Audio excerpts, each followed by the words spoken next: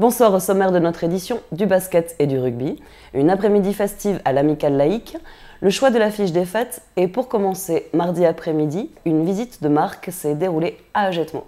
Mardi 14 janvier, visite d'Alain Rousset, président de la région Nouvelle-Aquitaine, aux abattoirs d'Agetmo.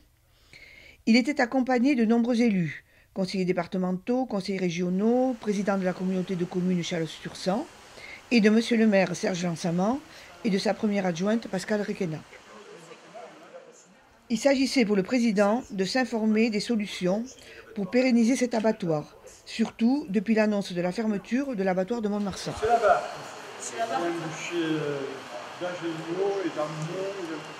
Il a pu ainsi discuter avec Michel Labarthe, représentant la société qui se met en place pour l'exploitation.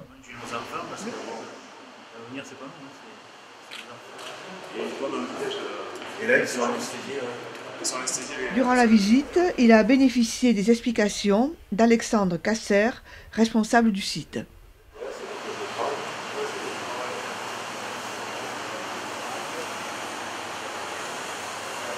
Le conseil départemental et la région sont disposés, après étude, à apporter leur soutien.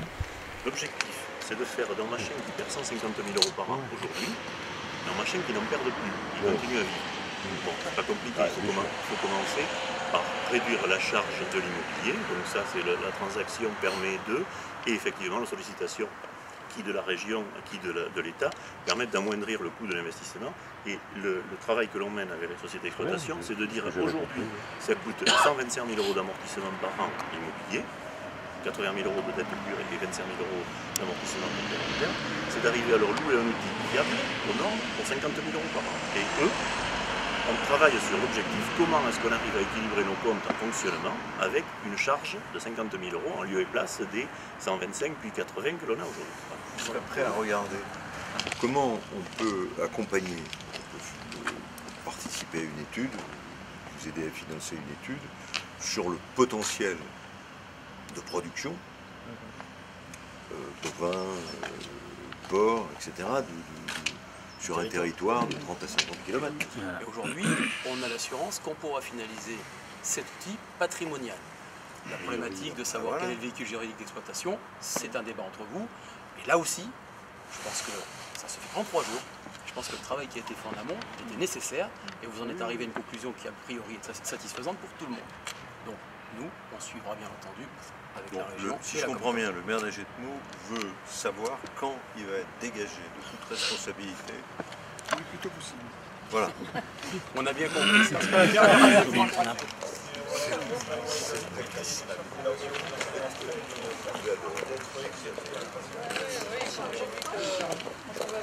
Samedi matin, le conseil d'administration a organisé les portes ouvertes du comité des fêtes. Intervenants et bénévoles se sont retrouvés autour d'un casse-croûte à la gare. À cette occasion, le conseil d'administration a choisi l'affiche officielle des fêtes 2020. Après avoir remercié les personnes présentes, le président du comité des fêtes, Laurent Bergès, a présenté le programme des interventions.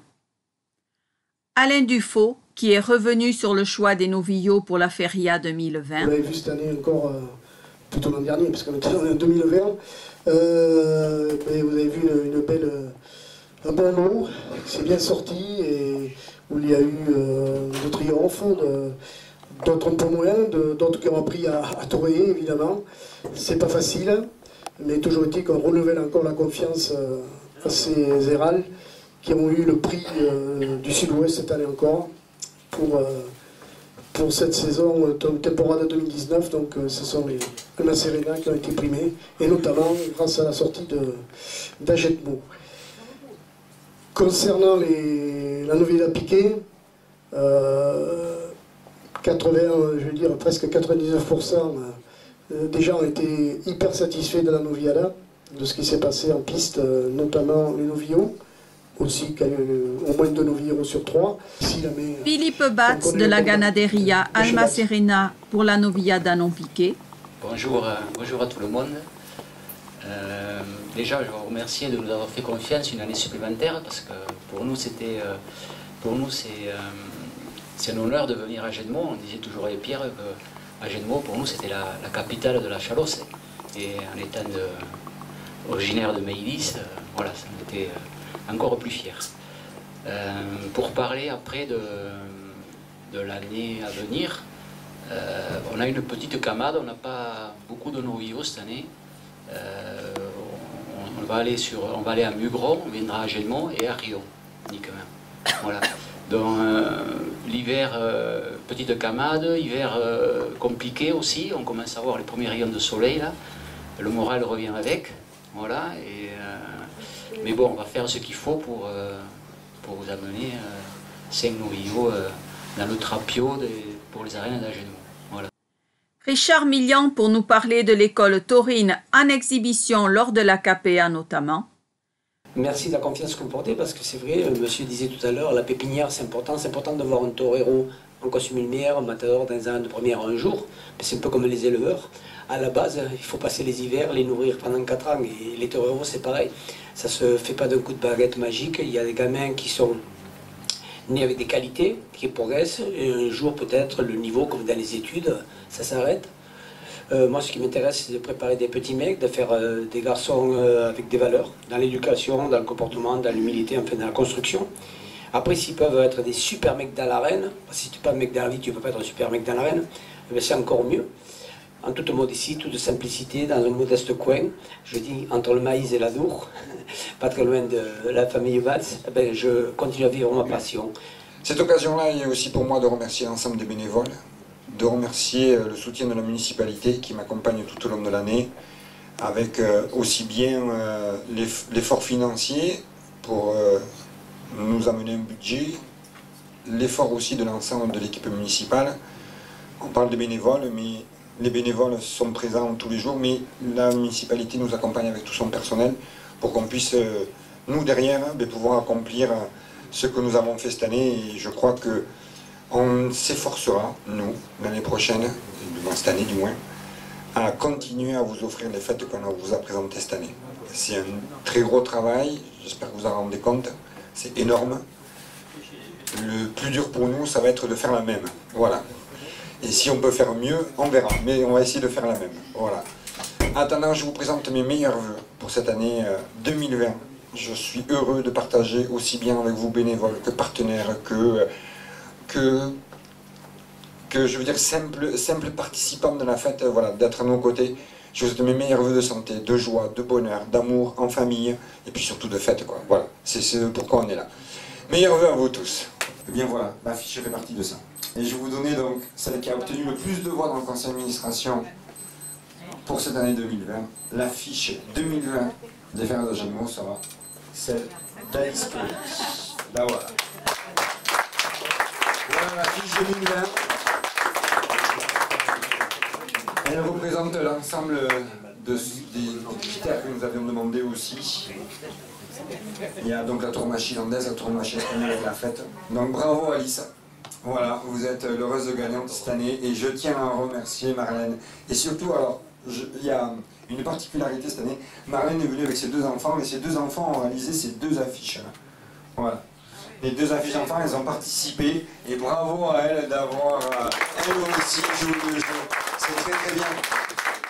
Et vous le savez, l'avenir c'est pas nous les anciens, ce sont les jeunes. Donc voilà, à eux d'avoir cette chance-là de transmettre et de pouvoir faire peur. Pascal Requena pour la municipalité.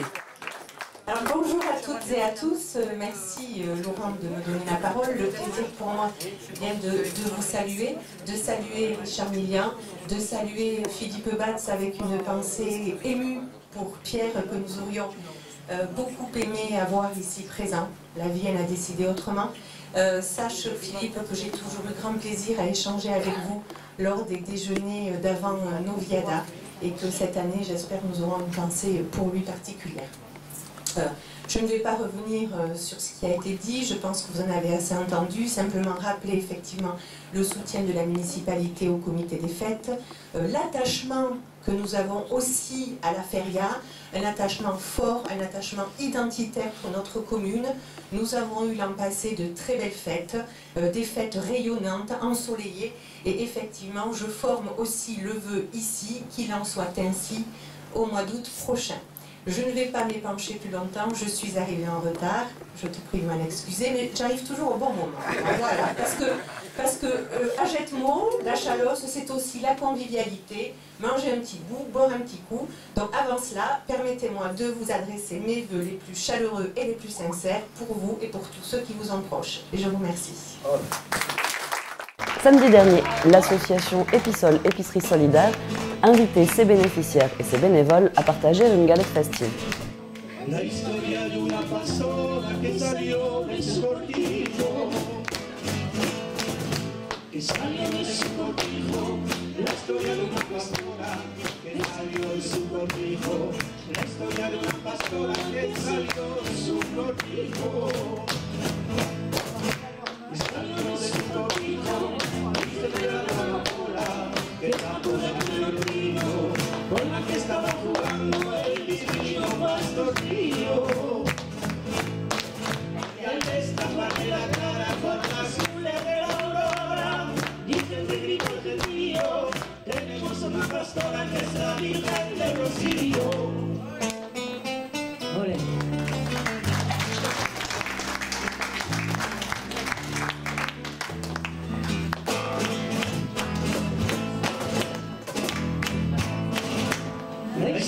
de una paloma que bajó desde los cielos.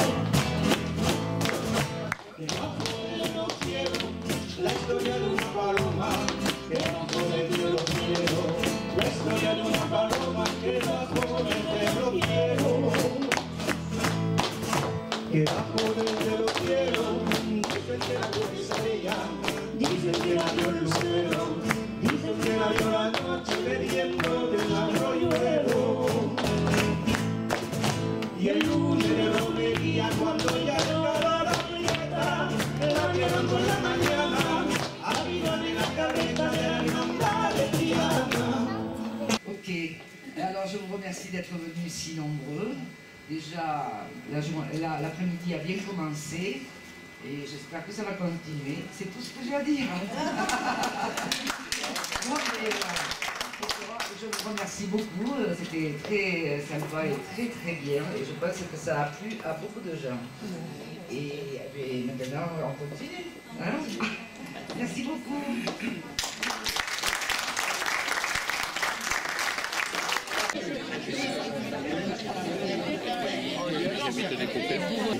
Ne bougez pas, ne bougez pas. Merci. La fine mouche, et je suis tombé tout chaud, rôti contre sa bouche. Il a donné quand elle sourit, quand elle chante, et puis dans de vous quand elle écrit, elle est méchante. Je me suis fait tout pile devant une poupée qui fait me longtemps à la touche. Je me suis fait tout pile devant une poupée qui fait me longtemps dans la touche.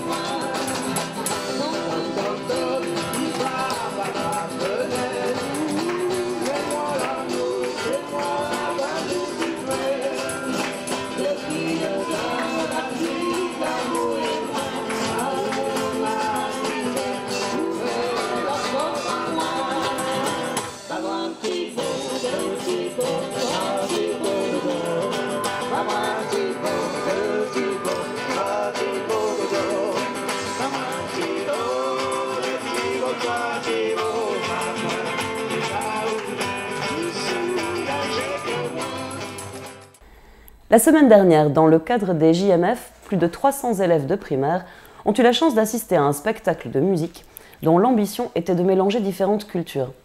3 artistes, dont un chinois jouant d'un étrange violon, ont enthousiasmé les enfants. Bonne année. Je vais vous présenter à la guitare. C'est Maxime, vous pouvez l'applaudir très fort. Au centre, il joue du violon traditionnel chinois, le erhu. C'est Liang Zhao. Bonjour les amis.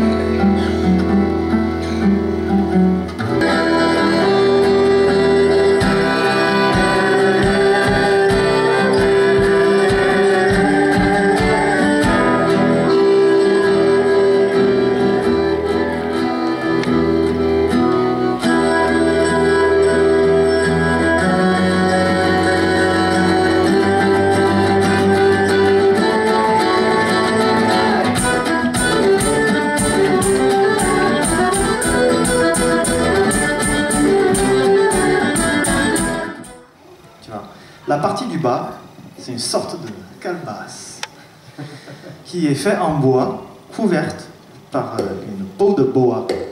Tu sais, c'est du gros serpent. Tu vois, voilà. Et un petit trou derrière pour sortir le son. Tu vois. Et l'autre partie, c'est le manche. Un manche long et fin qui tient les deux cordes. Tu vois. Les deux cordes, ils sont posés sur le chevalet. Le chevalet, c'est une pièce en bois qui tient les cordes.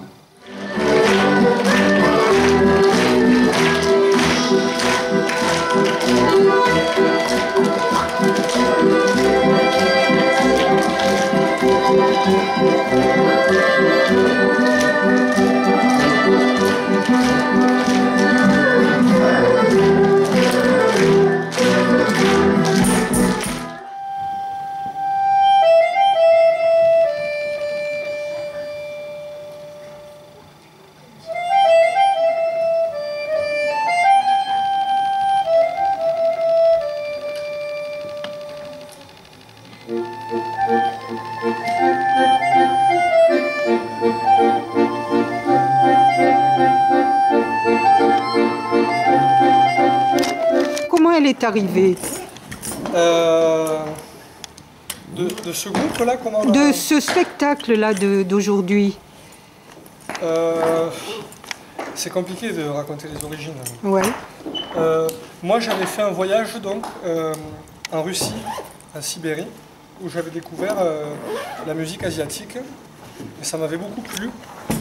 Et en rentrant de ce long voyage, j'avais un peu dans l'idée de faire un peu ce genre de musique. Et puis ça faisait quelques années que j'écoutais des musiques traditionnelles, surtout des Balkans. Et j'avais l'impression que c'était un peu les mêmes gens qui célébraient ces musiques au niveau sociologique. C'est souvent des musiques de mariage, des musiques de danse. Et quand j'étais allé là-bas, en Asie, pareil, j'avais eu cette sensation de familiarité avec des musiques qui pourtant étaient très éloignées au niveau géographique. Et donc quand j'étais rentré de ces voyages, j'avais dans l'idée de monter un groupe comme ça. Et puis j'ai rencontré par hasard Liang, qui lui venait d'arriver en France. Et lui, en fait, il avait dans l'idée de mélanger les musiques traditionnelles et les musiques modernes. Donc on s'est un peu retrouvé sur cette intention-là de métissage culturel un peu. Et du coup, on a commencé à jouer à deux pendant à peu près 1 an et demi. Et on cherchait un troisième larron qui allait correspondre un peu à notre idée de la musique. Et puis c'est là où Denis est arrivé. Voilà, mais j'ai un peu la crème.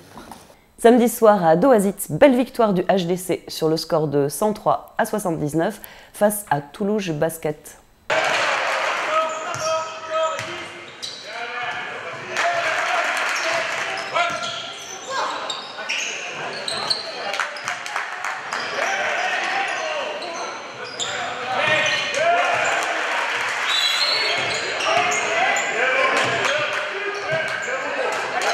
rouges nous avez bien embêté chez eux. Donc on s'attendait à un match compliqué. On a bien démarré, on s'est relâché un peu trop tôt à mon goût, mais...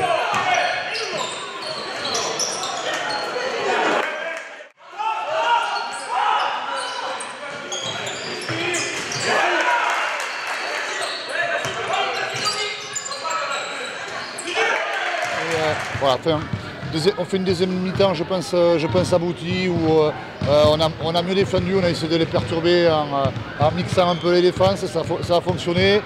Et voilà, tout le monde a pu participer à la fête. C'est bien pour la confiance de tout le monde et de repartir sur une dynamique positive, c'est important. On a un rôle à jouer malgré tout dans ce championnat, même si pour les places d'accès, on n'est plus en course, mais pour le reste, voilà, je crois qu'il y a une équipe de qualité qui a parfois du mal à se sublimer. Il faut qu'on progresse tout au long de cette deuxième partie de saison. Il y a toujours la Coupe du Sud-Ouest à jouer aussi. Donc on a de bons matchs à jouer encore, donc allons-y.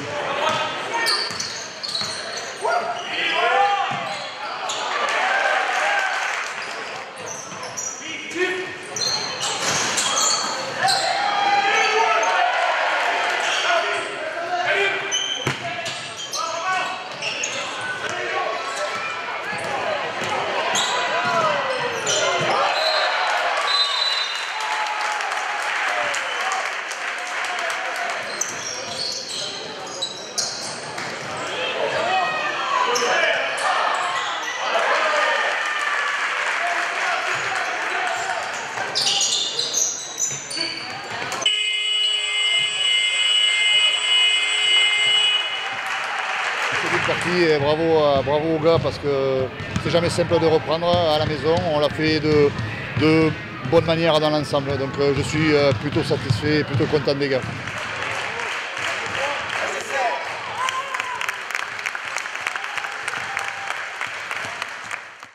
Réduits à 14 durant une bonne part de la rencontre, les Agetmosiens, qui ont longtemps tenu l'égalité au score, ont dû concéder la partie en toute fin.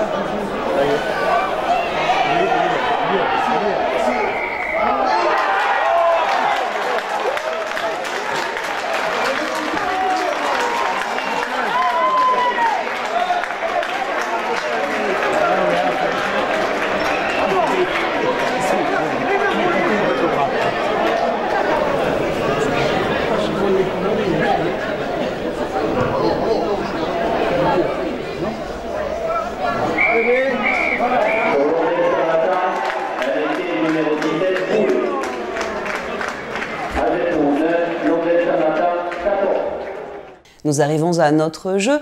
La semaine dernière, il fallait répondre que Tintin est accompagné d'un petit chien blanc. Cette semaine, pour gagner un repas lors du Salon du Livre qui se déroulera le 8 mars, vous devez répondre à la question suivante. Quel est le livre qui relie les 3 religions monothéistes? Nous vous remercions pour votre attention et vous donnons rendez-vous la semaine prochaine.